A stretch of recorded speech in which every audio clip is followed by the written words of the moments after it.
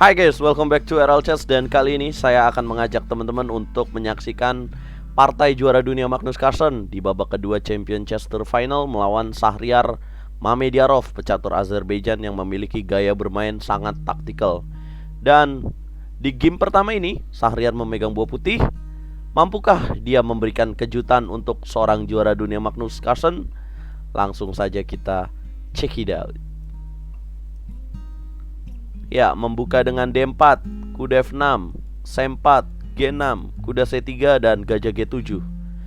Ya, dalam 3 langkah pertama ini terlihat bahwa juara dunia Magnus Carlsen ingin merespon permainan dari Shahriar dengan pembukaan King Indian Defense, teman-teman.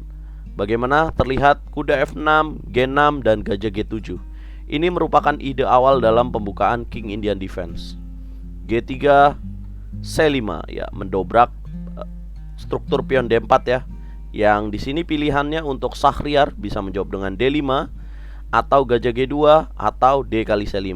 Shahriar menjawab D kali C5. Dan Magnus Carlsen langsung merespon menteri A5 yang tujuannya adalah mempining kuda C3 dan juga mengancam pion C5. Dan langkah lain secara lain menteri A5 ada kuda A6 juga ya untuk mengancam pion C5.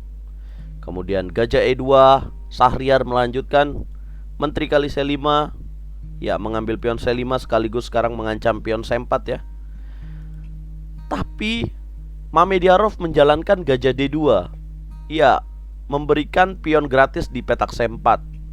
Dan pastinya untuk level seorang Shahriar Mamediarov, dia sudah menyiapkan sesuatu. Segala sesuatunya pasti sudah disiapkan ya. Dan lucunya lagi bahwa seorang juara dunia Magnus Carlsen mau mengambil pion menteri kali C4. Dan kemudian ya, ide dari Mamediarov benteng C1. Kita lihat bahwa benteng C1 mempining menteri di C4 sekaligus ada tembakan jarak jauh ke gajah C8. Yang kemudian kuda A6, Magnus merespon untuk ancaman membuka kuda ya, mempining. Kemudian tetap dilakukan kuda D5, benteng C1 mengancam menteri.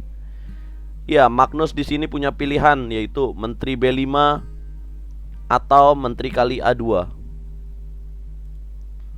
Ya, tetapi menurut evaluation yang paling bagus adalah menteri B5. Tetapi Magnus mengambil menteri kali A2 yang sepertinya di partai pertama ini ingin mencoba ya kemampuan dari Shahriar Mamediarov. Dan benar aja selanjutnya Shahriar Mamediarov menemukan langkah yang paling bagus, yaitu adalah benteng A1.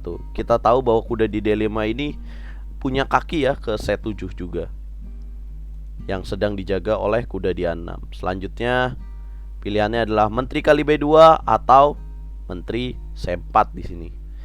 Ya, Magnus memilih menteri C4 merupakan pilihan tepat.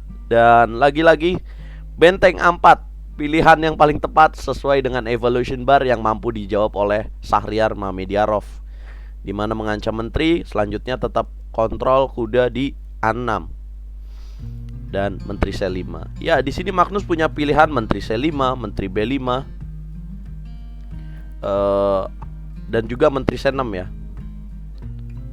Tapi jika Magnus menjalankan menteri B5, itu pilihan yang paling tepat, teman-teman, dari 3 pilihan ini.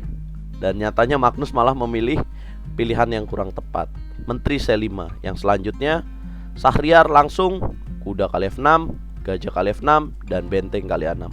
Lihatlah bahwa kekuatan dari gajahnya, gajah di G2, membelah diagonal dari petak G2 ke A8, teman-teman. Slicing ya. Seperti main Fruit Frenzy, memotong buah. Nah, ini slicing dari G2 ke A8. Ya, B kali A6 dan gajah kali A8. Mari kita hitung berapa jumlah perwira sampai langkah ke-14 ini. Kita lihat 1, 2, 3, 4, 5. Kemudian Carlsen 1, 2, 3, 4. Dan lihatlah bahwa Shahriar Mamediarov sudah mengantongi keunggulan 1 kuda dari seorang juara dunia Magnus Carlsen, teman-teman.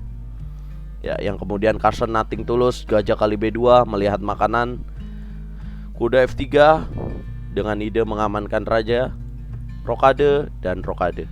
Selanjutnya D6 dengan tujuan apa bang? Mengaktifkan gajahnya untuk mengancam petak H3, mengancam benteng, sekaligus benteng F8 mengancam gajah di A8. Ya, Sahryar harus cepat mengamankan gajah di A8-nya untuk tidak terancam. Dan selanjutnya gajah H6 dilakukan lebih dulu, mengancam benteng, benteng D8, dan gajah E3 balik ya. Dua langkah gajah yang sangat bagus sekali. Kenapa? Karena ini membuat struktur dari Magnus Carlsen terombang-ambing ya, berantakan. Kemudian menteri B4 dan gajahnya keluar dari petak A8 ke D5. E6 coba mengancam menteri C2. Lagi-lagi langkah bagus dari seorang pecatur Azerbaijan ini ya, dimana memberikan gratis gajahnya yang apabila E kali D5 benteng B1. Kemudian apabila gajah F5 tinggal dimakan menteri kali B2. Lihatlah bahwa sedang mengancam. Makanya di sini Magnus tidak memilih E kali D5 tetapi menjalankan menteri C3. Ya, coba mencari bukan sebuah keunggulan ya, tapi mencari draw mungkin. Menteri kali C3, menteri kali C3, gajah kali C3 dan benteng C1. Gajah F6 dan gajah C6. A5 dan gajah B5. Gajah D7, gajah kali D7, benteng kali D7 dan benteng C6. Ya, kalau kalian sudah unggul perwira ya, baiknya kalian tetap tidak mengendorkan permainan dan mengambil inisiatif. D5, gajah H6 dengan tujuan checkmate dan benteng D8 menjaga tujuan dari putih. Kemudian benteng A6, gajah G7, makan gajah kali G7, raja kali G7 dan benteng kali A7. Kemudian raja F6, benteng kali A5. Ya, Carlsen coba menahan ya. Menahan untuk mencari draw di sini. Tapi perbedaan satu kuda jelas-jelas sudah cukup jauh untuk permainan Magnus Carlsen. Benteng D7, E3, H5, benteng A8, benteng B7, raja G2, benteng C7, H3. Ya, pelan-pelan coba menaikkan pionnya untuk menyerang. Benteng B7, G4, makan, benteng C7, G5, raja F5 dan benteng A4 dengan tujuan checkmate benteng F4 langsung dijaga E5. Benteng A6 ya. Benteng D7, raja G3, raja E4 dan benteng A8. Benteng E7 dan benteng D8, benteng E6, benteng D7, F5 pukul dan di sini menyerah. Kenapa menyerah bang? Karena selanjutnya setelah benteng kali F6 ada jalan kuda D2 aja. Skak, raja kabur dan benteng kali D5.